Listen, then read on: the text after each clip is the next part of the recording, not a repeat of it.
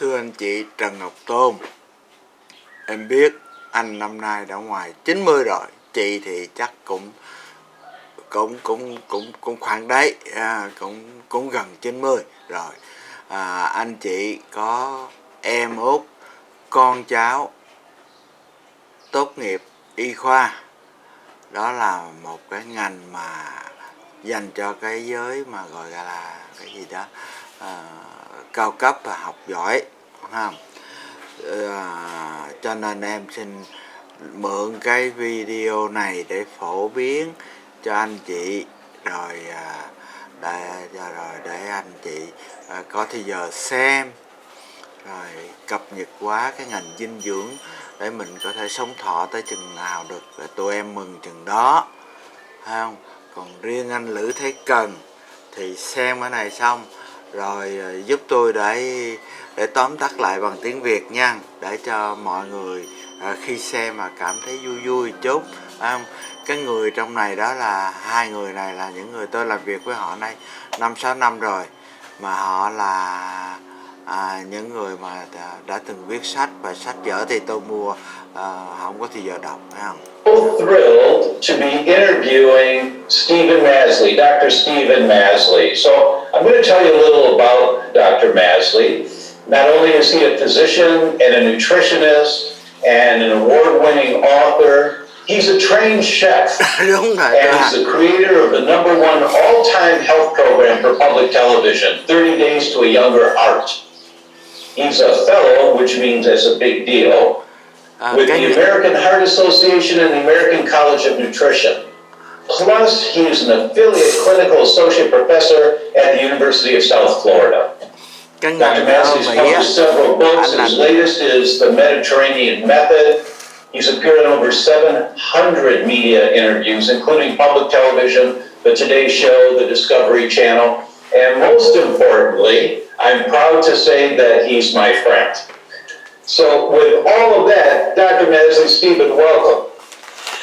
Really delighted to be back with you. It's always fun to get to speak with you. It is. We have such a good time. I remember when your book came out, your latest book, The Mediterranean Method, we were on your sailboat in the Mediterranean. Yes. And you were just about to submit the final version, and we're talking about recipes, so Marcy and I got to experience your cooking a couple of those recipes, and they were so simple and so delicious. I mean, between the two, you really reinforced for me, you don't have to be Julia Child to make really wonderful food. That's what Mediterranean food is all about. Local ingredients, easy to prepare, tastes fantastic, and as they kept saying to me over and over again, don't make it too complicated. Yes, and you certainly emulate that in all of your messaging and all of your books. That's why I love supporting you as much as I can, because I've always had the premise, base hits win the ball game. You know, it's all the little things you do that are easy to do. For example, on your boat, you made granola, and we loved it. It was gluten-free granola. How hard is it to make granola? It took us, like 6 minutes? Right. It's a no-brainer. It was just, what? That's it? That's all you have to do? Yeah. And it was great. It was really good. So I'm really happy to be doing this with you today. So what we want to talk about is the impact of food selections on the development of, or the arresting of, or the remission of autoimmune diseases. Yes. And on that big picture topic, where would you start in talking about it?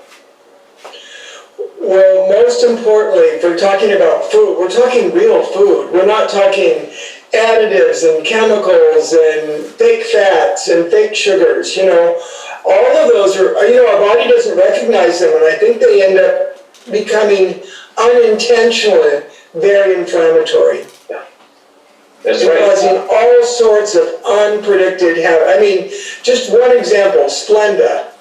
which seemed like a wonderful idea when it first came out. Chlorinate sugar, it'll still taste sweet, but you can't absorb it. So unabsorbable sweetness. I mean, it seemed like, and you could cook with it. No one realized that when you added the chlorine to the sugar, it would kill the bacteria in your gut microbiome and make you all inflamed and cause leaky gut and escalate the whole cytokine inflammatory. Whoever thought? But that's what you get for trying to fool Mother Nature. That's right, that's right. And for those who haven't heard yet, the microbiome in the gut, the bacteria in the gut, are critically important in every aspect of being healthy, whether it's your cardiovascular system, your brain, your joints, your energy, your attitude in life. Critically important what's going on in your gut. We'll be talking more about that. But actually, let's go there right now. Stephen, Dr. Masley. So, in terms of foods and food selections that support a healthy, diverse microbiome, where would people start in thinking about that concept? Well, it's really plant foods. And there's a couple reasons for that. One, fiber. Your bacteria eat the fiber. So if you don't actually eat fiber, vegetable, fruit, beans, nuts, your gut bacteria starve to death. And almost the more you eat, I mean, there is a limit, but it's pretty hard to get to that limit, pretty darn difficult. The more you eat, the more you support your gut. And I'm not talking about, cereal grains like wheat or things like that, because one, they can elicit an autoimmune response, but also grains, especially if you grind them into flour, have a much higher blood sugar release, and that sugar feeds bad bacteria in your gut and disrupts the gut microbiome. So you can inflame the gut microbiome, you can feed the wrong bacteria. So we're not talking about most grains, especially not grain ground into flour. We're talking about vegetable, fruit, beans, and nuts. So fiber is one aspect. The second, as you know, is the colors. The more colors you use, the more diverse it feeds your gut microbiome.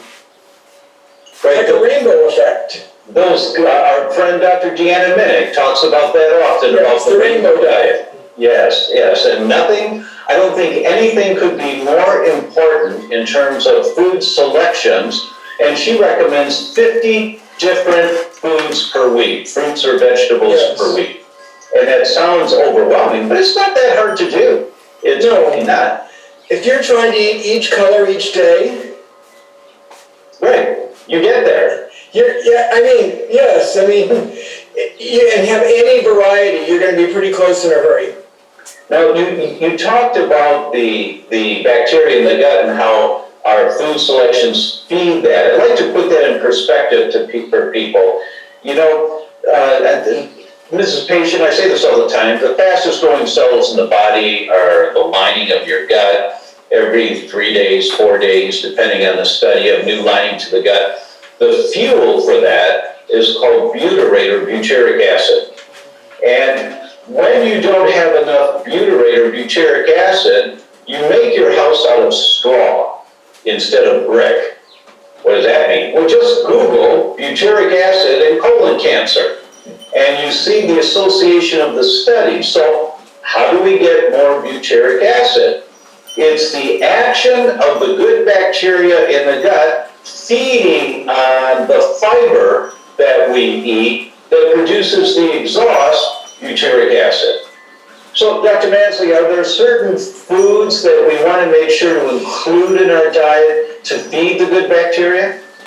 Well, there's many. I mean, inulin is like one of my favorite ones, like artichokes, or it could be Jerusalem artichokes, or any of the green leafies, whether it's anything from spinach to arugula, which we call rocket salad, to dandelion leaves. I mean, I think, 100,000 years ago, we were eating something close to 10 cups of green leafies a day because we were hungry, and they were something that was readily available. And over 100,000 years, our bodies learned to use those foods, and it's fed that. So green leafy vegetables, all vegetables, berries. I mean, the list just goes on and on and on. But I've said it before, I'll say it again. It's really vegetable, fruit, beans, and nuts. To me, those are the hallmark.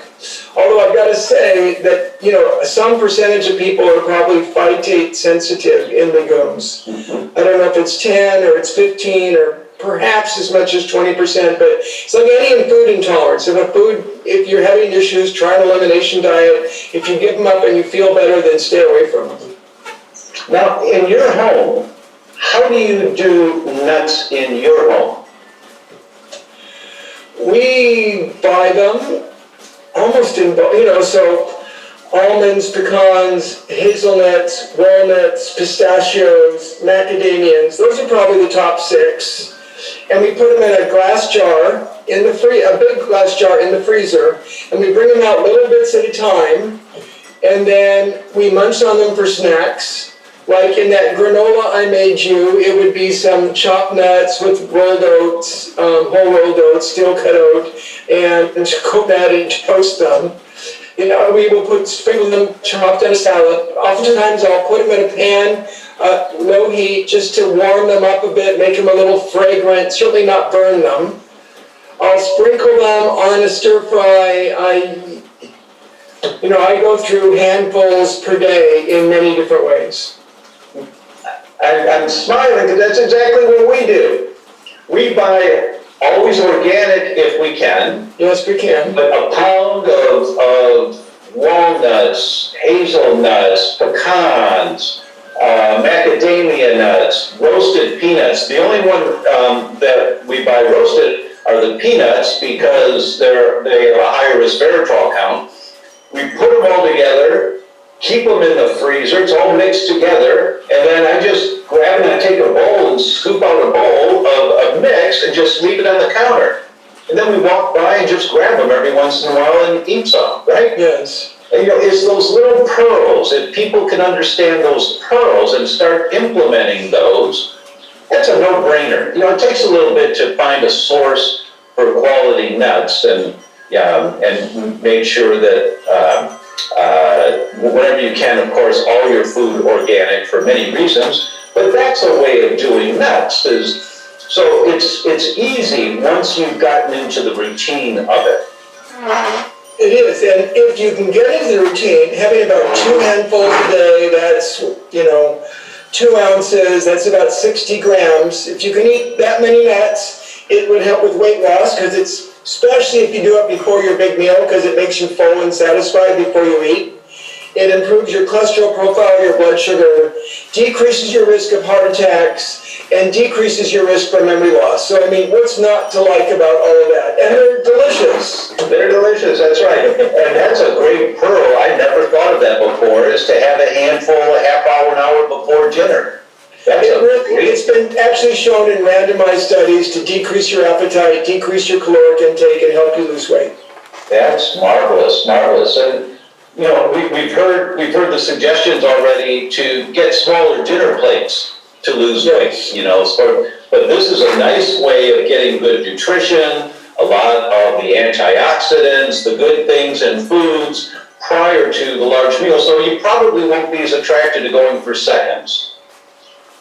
And it's easier to eat calmly and, to eat mindfully. Yes. If you take off an edge of your hunger before you start. If you're just famished, there's a risk that you don't eat as mindfully as you really should and as carefully. Really good point. Now, in your most recent book, do you refer to different nuts, or do you have shopping lists in there, anything like that? I mentioned my favorite 6 that have been shown in randomized trials to have health marker improvements. So again, I'll say my top 6 are almonds, pecans, pistachio, hazelnut, walnut, and macadamia. Those are my favorite 6. And except for pecans, those are all used regularly in macadamia and pecans are more not Mediterranean in origin, but still, they're really good for you. So whether it's a classic one or an adjunct one, even avocados, clearly did not come from the Mediterranean, but now they're everywhere. They've really, been adapted, and they're commonly used right now in all over the place. So all of these topics that we're addressing, and we will continue to address, are because we're talking about creating an anti-inflammatory environment in the body. So for people that have an autoimmune diagnosis now, obviously they're inflamed, their immune system is attacking their own tissue. Are there specific foods that you would tend to lean in the direction of to begin with, or to focus on to calm down that inflammatory cascade? Well, again, it'd be, a Mediterranean diet, yes. Vegetable, fruit, beans, nuts, olive oil being very anti-inflammatory, and herbs and spices. And there's a lot of those herbs in the Mediterranean diet. So the Italian herbs, especially rosemary, is probably one of the better known, but oregano and thyme and basil, those are all very anti-inflammatory. They have many health benefits. And then curry spices, which are actually used in the Eastern Mediterranean quite a bit. But those spices that have come from India and Persia and the Near East, in particular turmeric, yellow curries, all the curry spices, but especially turmeric, has very powerful anti-inflammatory. In that case, I would even go on to use it. I'd eat it regularly, curry spice, Italian spices, Mediterranean spices, but I'd even suggest that most of us should probably be taking a curcumin, that's a turmeric extract, in the supplement form to get the extra dose. I would agree with everything you just said. Now, in your home, if you're going to whip up something just for you and your wife for dinner, you're not going to spend a lot of time at it. Do you have a stockpile of herbs or spices? Do you have a little garden or windowsill garden that you're growing spices in? Well, I live in Florida, so I could do it inside, but the reality is, so when I lived in Washington State, in the winter months, I had an indoor windowsill, right. 4-inch, clay pots that I would grow herbs in. Parsley, basil, thyme, rosemary, right. chives, the basics. I always have that. But now, honestly, I live in Florida, and all of those herbs are available year-round outside. Yes, yes. And, for young families, it's a fun project to have your children helping with growing the spices on the windowsill. If you're in the area of the country or of the world where you can't grow spices outside year-round. It's a nice project, and then the kids say, so when you're making potatoes, they say, oh, I'll get the rosemary, and they hopefully they don't cut the whole plant off, right? But it engages, it's a family affair. Now, did you ever work with spices with your kids when they were young? I've had my kids cooking with me in the kitchen since they were like 3 or 4. So, for example, something like some seeds, cardamom seeds or something like that. I like to use, that little bowl with the mortar and grind them to get the fragrance out. Yeah. You get much more than you do sometimes with the dried spices. So to just grind them up, or helping them chop garlic with me, or it's helping them chop, let's chop this up. So yeah, I've always included my children in that, and I've got a little small food processor that's like little dose things that we can do for mini dishes, not some big food processor, but an easy little one. And so yeah, be able to drop those in, and what else should we put in it, and it's a fun game to play with your children. Yeah. Or a concoction. The mortar and pestle or the food processor, by breaking up these herbs a little bit, or grandma used to do it like this, they're more pungent, more of the smell, and the taste is stronger, so you're getting that orothalamic message up to the brain. Yes. So it's not just going down, that it can have a real beneficial effect on calming down those genes of inflammation. And you just said, using your hands. I did that just a couple days ago. I made a new dish. I was trying to emulate something we had in Spain when we were there a month ago. And it was chicken with wild mushroom and a saffron flavoring. Now saffron, I have to admit, prior to this book, The Mediterranean Method, and researching it, I used to take saffron and put it in my food like I would put in thyme. I didn't realize I was dramatically wasting the saffron, which is pretty expensive. It should be smashed with your fingertips, these little stamens. You know, these are the little stamen petals that stick out of the flower that they pick off individually. Very expensive because it's time consuming to collect the flower's stamens. And then when you smash them, you drop them into liquid and you heat it. You bring it to a very gentle bubble and then let it simmer for about 15 minutes. Well, that we did a taste test and it's like 5 times more flavor. Wow. Well, It's fragrant. So then you pour the liquid into the food after it's simmered for like 15 minutes. Yeah. And it's heavenly. Wow. So how you use spices, so the idea of crushing it and then letting liquid draw out the flavor from it, it's vastly more potent than if you were to just drop it in your food. That explains why when I've used saffron in the past, it didn't really do much. And I said, well, how come it's saffron? I had no idea. You know, it's like, honey, why am I buying this for the recipe? You know, it's like, it seems pretty expensive, I can barely taste it. Right. Well, now I can really taste it. How great, how great. And is that one of the pearls in your new book that you talk about saffron? I do mention saffron, just, you know, for some Spanish dishes, you know, something like paella. For her, paella is paella, for her, women's food. Uh-huh. You know, how the women used to treat themselves. They'd feed the men.